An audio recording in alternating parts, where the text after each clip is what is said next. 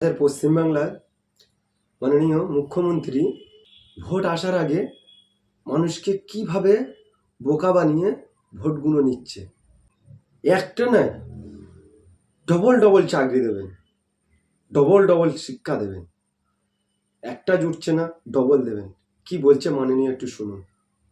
আরো উন্নয়ন করে দেবো, আরো কর্মতীর্থ করে দেবো, ডবল ডবল চাকরি হবে, ডবল ডবল শিক্ষা হবে, ডবল ডবল কাজ হবে। আর ভোটের পরে কিভাবে ব্যবসা করতে হবে আপনাদেরকে, কেতলি নিয়ে, বিস্কুট নিয়ে চা বিক্রি করবেন রাস্তায় রাস্তায়, মাকে গিয়ে বলবেন ঘুগনি বানিয়ে দাও, ঘুগনি বিক্রি করব, সেটাও একটু শুনে যান।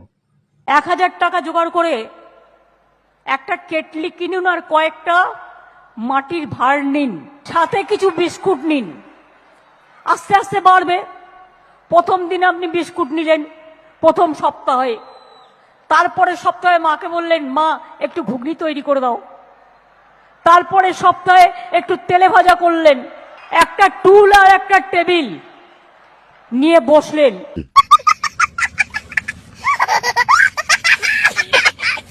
29 এপ্রিল মাননীয়কে বুঝিয়ে দিতে হবে যে চপ বিক্রি করবে কে, অভিষেক, আর ঘুগনি বানিয়ে দেবে কে, মমতা বন্দ্যোপাধ্যায়।